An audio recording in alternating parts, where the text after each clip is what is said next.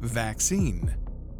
My eyes fluttered open from the deep slumber that I'd plunged into after the second dose of the COVID vaccine.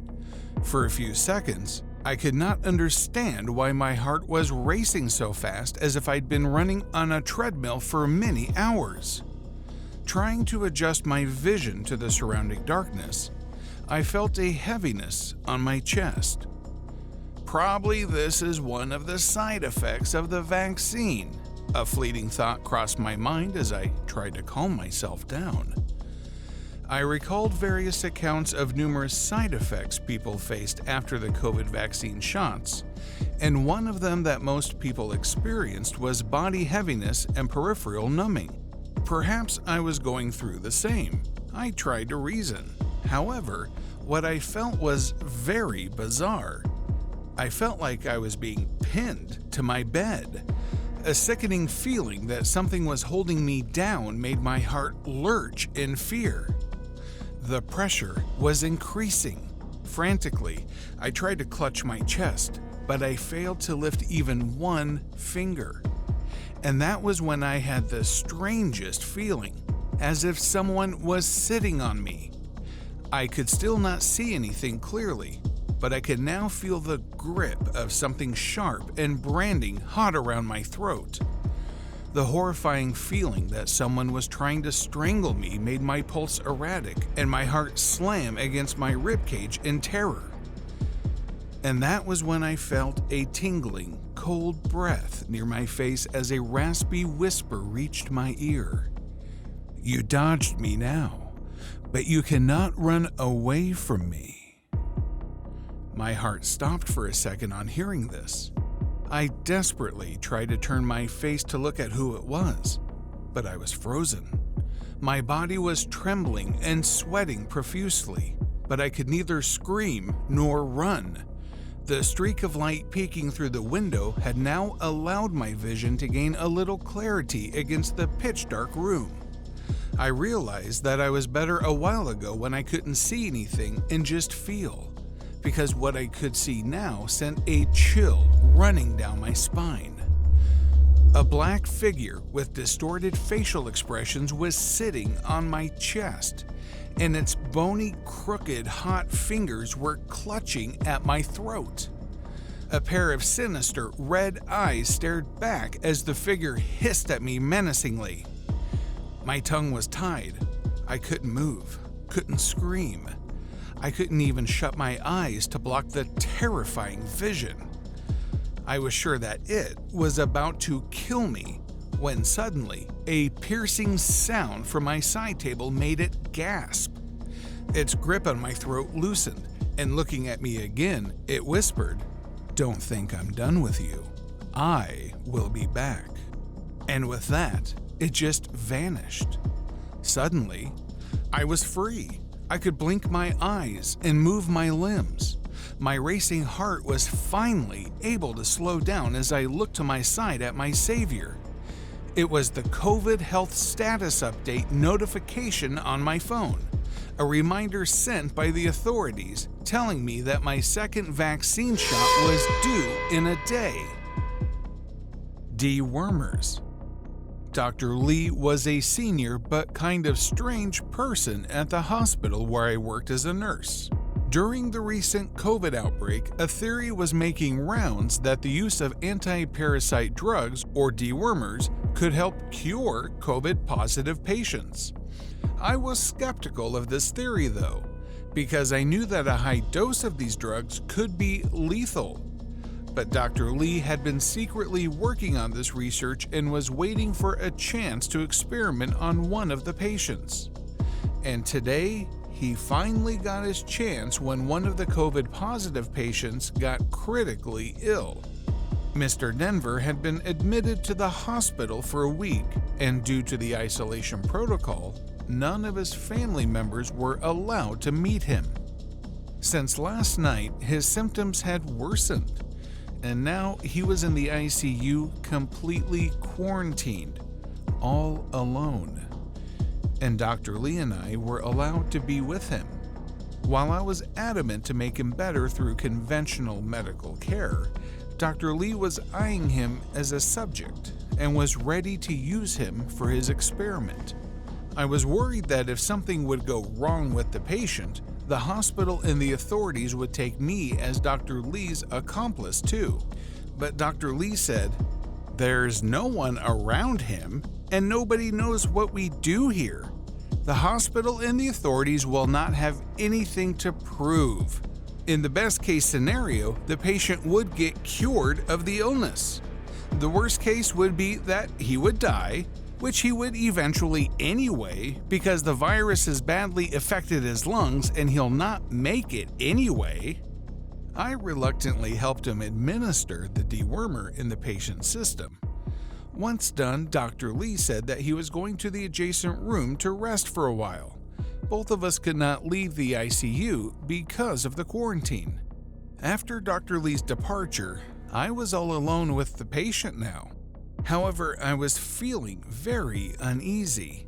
The cold room suddenly started feeling chilly. My eyes were glued to the patient's monitors, when suddenly, the overhead light started flickering. I got worried, so I checked all the machines attached to the patient, providing him life support. They were all fine, it was just the lights. Feeling a bit relieved, I leaned closer to the patient to check on him. That was a mistake. As I got closer to readjust the blood pressure cuff on his arm, I felt someone's piercing gaze on my face. Hesitantly, I looked at the patient as he was the only person in that room with me. His eyes were closed. Then what was that strange feeling, I wondered. Nervously gulping, I looked around. There was no one. I decided to go and check Dr. Lee in the next room. When I started to turn, suddenly I felt a cold, clammy hand holding my wrist tightly. I was astonished. As I turned around towards the patient, I encountered the most horrifying scene. The patient's eyes were wide open, and not only that, they were completely white, and he was glaring at me. His skin color was all pale just a few seconds ago had now turned black. His white, menacing, and unflinching eyes against his darkened skin tone stood out, and his tight, chilling grip on my wrist was almost crushing my bones. This spectacle was so bizarre, so scary that I forgot to scream, or run, or even breathe.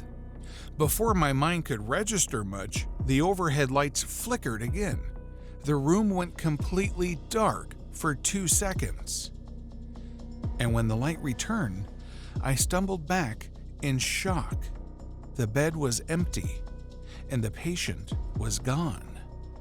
The machines were blaring, and I could still feel the crushing pain in my wrist.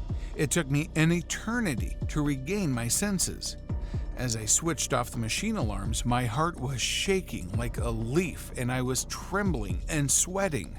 Once my legs were able to walk, I went out to call Dr. Lee from the adjacent room. However, to my surprise, there was no sign of Dr. Lee there. Wondering how he could leave the quarantine facility, I rushed to call for help and to notify the hospital management and staff. But when I stepped out of the isolated ICU, my heart almost stopped as I found myself in front of an abandoned building. There was no sign of any hospital there. The COVID ward. Nurse May would always have a beautiful smile as she tended to the COVID-positive patients in the special ward. I was there too, but luckily my symptoms were improving, and I was expected to get off the oxygen support soon. As the isolation protocol dictated, Nurse May and Nurse Simon were the only staff members allowed inside the ward, along with 2 very kind doctors. They were all like angels to us as they helped us in critical times when our own family members couldn't be with us. Nurse May was the kindest of them all. I had grown very fond of her during my stay there. One night, I woke up due to some chest heaviness and respiratory distress. Unexpectedly, as my eyes opened, they collided with Nurse May's eyes. She was leaning over me, but there was something different. Her eyes, they were not looking at me in her usual gentle way. They looked weird. Even Nurse May looked different. Her expressionless face made her look like a robot. I felt strange. A sudden feeling of unease enveloped me as I managed a small smile and asked, "Nurse, is everything okay?" She just kept staring at me. Her unflinching gaze was disturbing, and I was also concerned about the way she was hovering over me. If she was there to help me, then she should have been doing that, but she wasn't doing anything. She was just looming over me and staring at me in that deadpan fashion. When she didn't respond to my question, I felt very weird. Holding the side rails of the bed, I tried to turn my body towards where Nurse Mary was standing. What I saw then just froze me to my core. Nurse May was not standing on the ground. She was floating. My heart beating fast, a loud gasp escaped my mouth as my startled gaze collided with hers. A sardonic smile appeared on her lips, giving her a positively evil look, and she vanished. My heart was ready to explode and my breathing was erratic. The alarms on the machines that were attached to me started blaring. And suddenly, the door opened and Nurse Simon and Dr. Keith rushed inside to check on me. My condition was bad. What I had seen was hard to believe and even harder to explain. Dr. Keith and Nurse Simon somehow managed to control me. Once I calmed down and was able to speak, I asked them, "What happened to Nurse May? I saw her and then she was gone." Simon and Dr. Keith looked at each other, confused. And then Simon asked incredulously, "Nurse who? What are you talking about? There is only one nurse here, and that's me."